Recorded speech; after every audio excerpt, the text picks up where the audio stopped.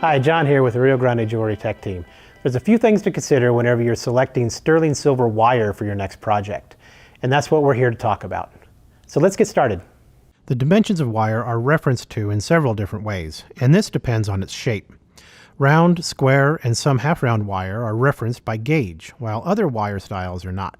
Now, gauge is a little counterintuitive because the higher the gauge, the thinner the wire. For example, this 16 gauge is much thinner than this 0 gauge. Half-round wire is only at gauge in one dimension. The other dimension is half of that. For example, a 16 gauge half-round wire will only be about 22 gauges in height. This is something to consider when choosing half-round wire.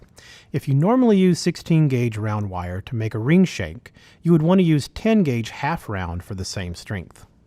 The dimensions of triangle wire and low dome wire are referenced by a size, and it is not the same thing as gauge. However, it does work similar, being that the bigger the size, the smaller the wire is. Rectangle wire, patterned wire, and other shaped wires are referenced by their width and thickness. The gauge you select will often be determined by the end use of the item you are making. For rings and bracelets, you would want to choose a thicker gauge to hold up to the wear and tear which those forms of jewelry are subjected to.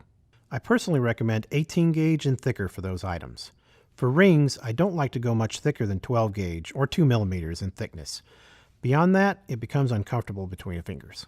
For earrings, pendants, and other forms of jewelry, your design will dictate what dimension of wire to use.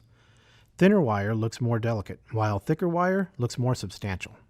There are commonly used minimum gauges for almost every type of product in the jewelry industry. The Jewelry Tech Team has created a chart to help you select a gauge for your next project. You can find this chart under Charts on the bottom of this product page, or in the Resource Center by searching Recommended Metal Gauges. These are only suggestions, but they are a good starting point. Another thing to consider is hardness.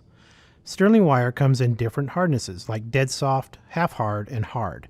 And this is a changeable state of the metal by work hardening, soldering, or annealing. However, you can return the metal to a hardened state by heat hardening. For more information on heat hardening, search heat hardening in our Resource Center. If your designs require intricate forming, dead soft would also be a good choice. It is easier to form and it would work harden during the process. If your designs require minimal forming, or if you are making structural components like ear wires or head pins, half hard or hard would be the best choice. Knowing what you are making and what you want it to look like when it is finished will help you decide on the gauge and the hardness you need to purchase. And that is sterling silver wire in a nutshell. If you have any questions, please contact us.